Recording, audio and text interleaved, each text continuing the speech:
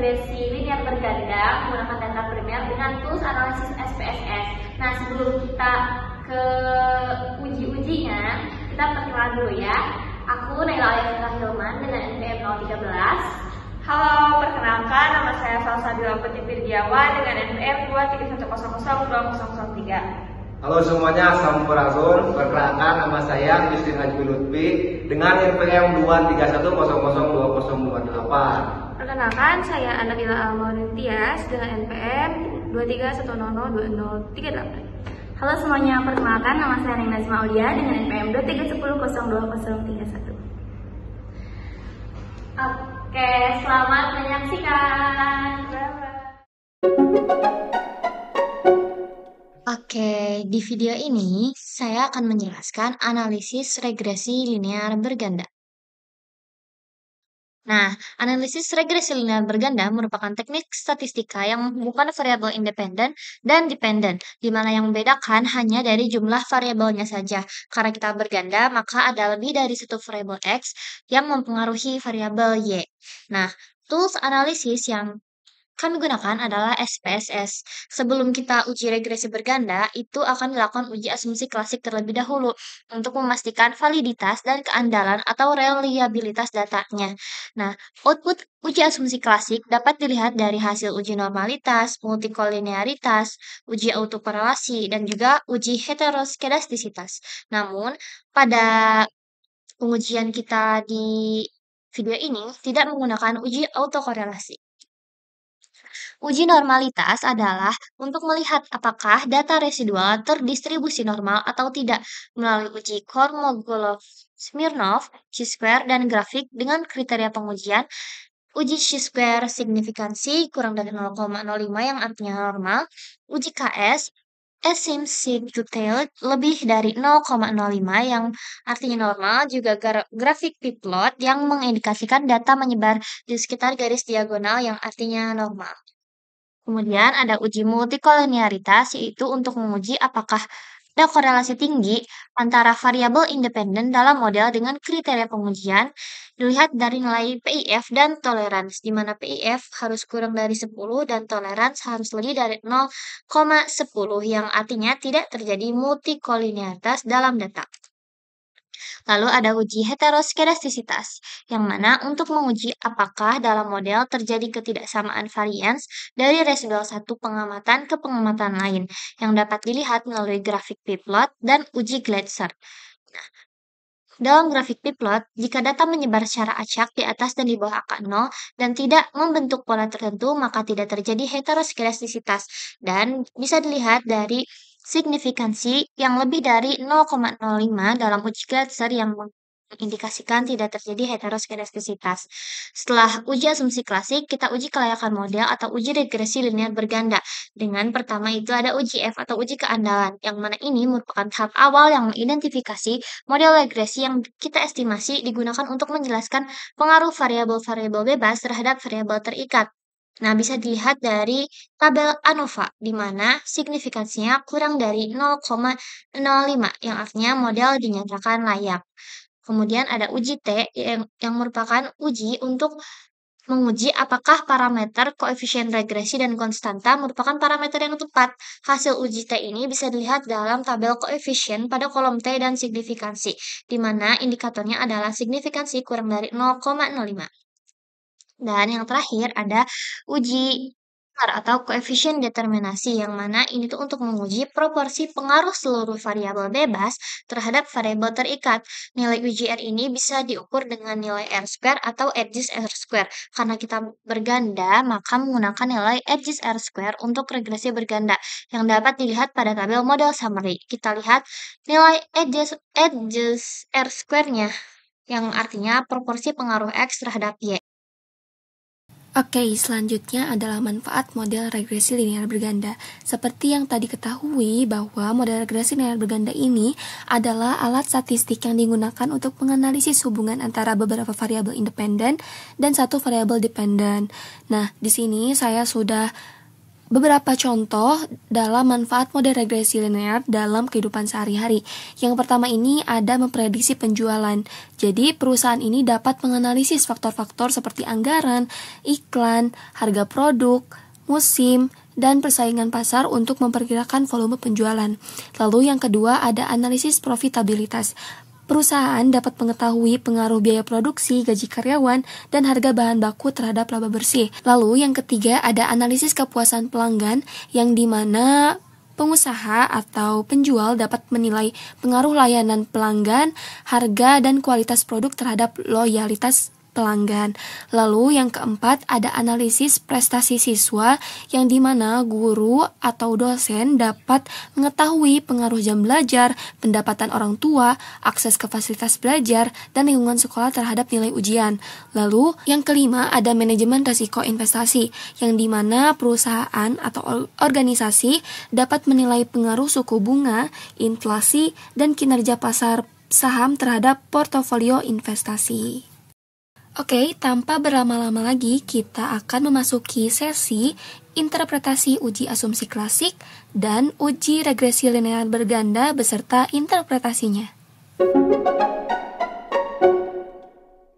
Oke, baik teman-teman ya. Sebelum melakukan analisis regresi linear berganda, kita akan menguji asumsi klasik terlebih dahulu, yang dimana di uji asumsi klasik ada 3 uji asumsi klasik. Yang pertama yaitu uji normalitas, yang kedua uji multikolinearitas, dan yang ketiga yaitu uji heteroskedastisitas.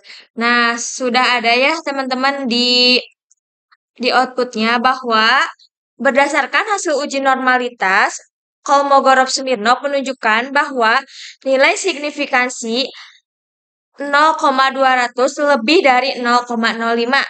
Nah, dapat disimpulkan bahwa data terdistribusi normal atau lolos uji normalitas.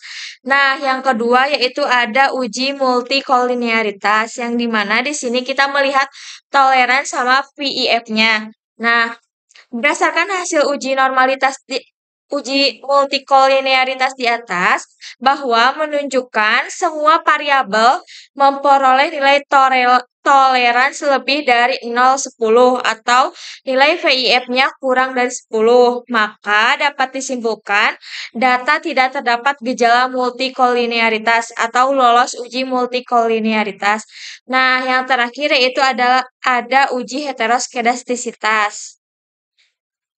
Nah, yang dimana di sini kita melihat signifikansinya bahwa berdasarkan hasil uji heteroskedastisitas menunjukkan semua variabel memperoleh nilai signifikansi lebih dari 0,05, yang dimana tidak terdapat gejala heteroskedastisitas atau lolos uji heteroskedastisitas. Oke, setelah uji asumsi klasik yang untuk memastikan validitas dan reliabilitas data, kita langsung saja masuk ke uji regresi linear berganda dengan data primer. Nah, di sini kita sudah mempunyai data kuesioner tentang pengaruh akses pelayanan, kualitas pelayanan, dan kepuasan konsumen terhadap loyalitas konsumen, di mana akses pelayanan sebagai X1, kualitas pelayanan sebagai X2, kepuasan konsumen sebagai X3. Dan loyalitas konsumen sebagai variabel Y. Langsung saja kita masukkan seluruh data ini ke dalam SPSS, langsung di copy aja, lalu paste ke SPSS.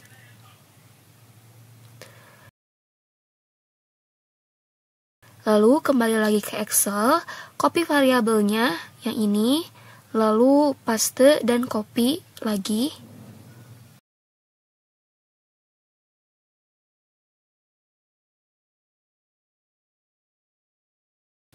Lalu pindahkan ke SPSS ke variabel view.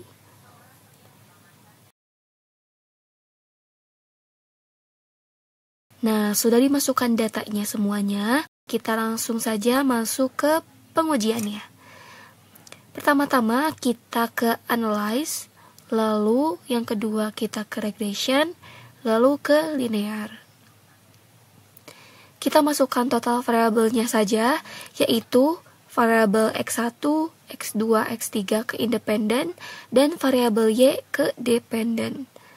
lalu klik OK. Nah, sudah muncul outputnya.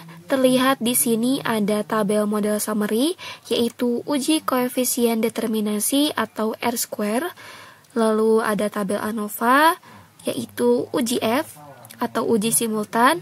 Lalu ada tabel terakhir, yaitu tabel koefisien atau uji T. Oke, karena tadi sudah praktek uji, maka sekarang kita akan menginterpretasikan.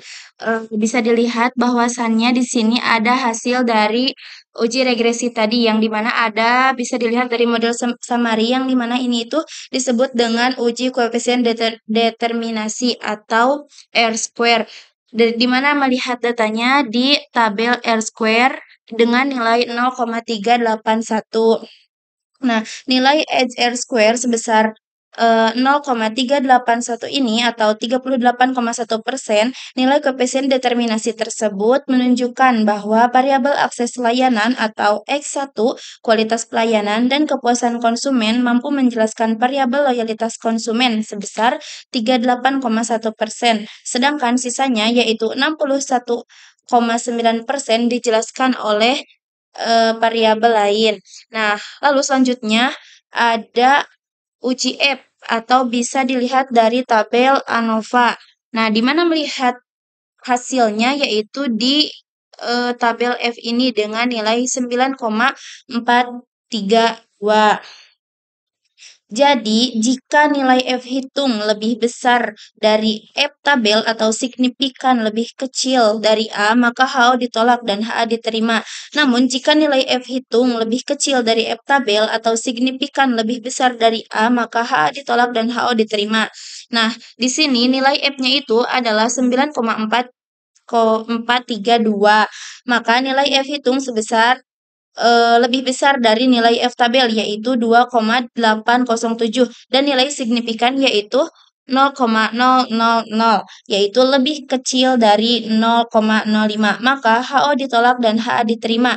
Artinya variabel akses layanan, kualitas pelayanan dan kepuasan konsumen berpengaruh terhadap loyalitas konsumen.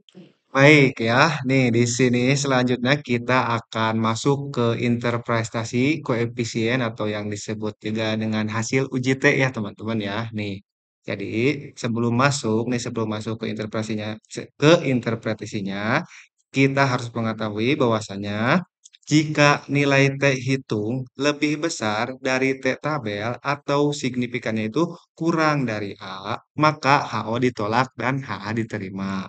Nah, yang selanjutnya, jika nilai T hitung kurang dari T tabel atau signifikannya itu lebih besar dari A, maka HA ditolak dan HO diterima. Nah, jadi pengaruh variabel independen terhadap variabel dependen secara parsial itu nih bisa disebutkan nilai T hitung variabel akses layanan X1 sebesar 0,399 ya. Ini nih ya itu kurang dari nilai T tabel dan nilai signya yaitu 0,691 ya.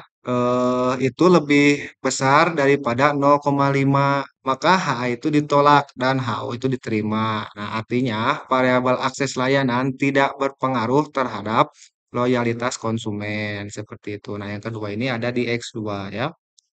Nilai T hitung variabel kualitas pelayanan khususnya di X2 ini sebesar 2,052 lebih besar dari nilai T tabel yaitu 2,011 dan nilai signifikannya itu ada di 0,046 ya nih di sini 0,046 itu kurang dari 0,05.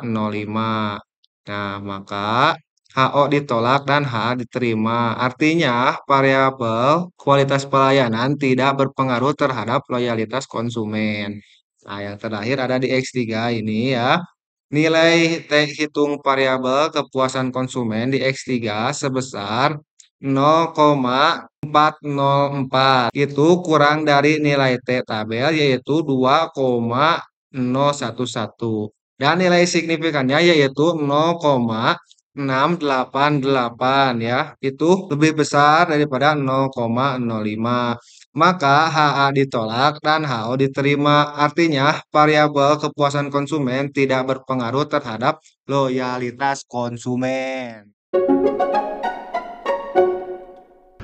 Oke, teman-teman. Nah, tadi setelah diuji uji analisis regresi linear berganda, kita dapat melihat step by step ya dari uji analisis regresi linear berganda. Kita menggunakan 3 variabel X dan 1 variabel Y, yang mana itu tadi ada akses pelayanan, kualitas pelayanan, serta kepuasan konsumen sebagai variabel X, dan variabel Y-nya itu loyalitas konsumen. Nah, kita menentukan uji asumsi klasik terlebih dahulu sebelum ke analisis regresi linear berganda. Tadi ada uji normalitas, multikolonialitas, dan heteroskedastisitas. Di sini kita tidak menggunakan uji autokorelasi, lalu dilanjut dengan persamaan regresi berganda. Tadi kita melakukan uji hipotesis, yaitu uji koefisien determinasi atau R2, lalu uji F atau simultan, dan uji T. Sekian, terima kasih.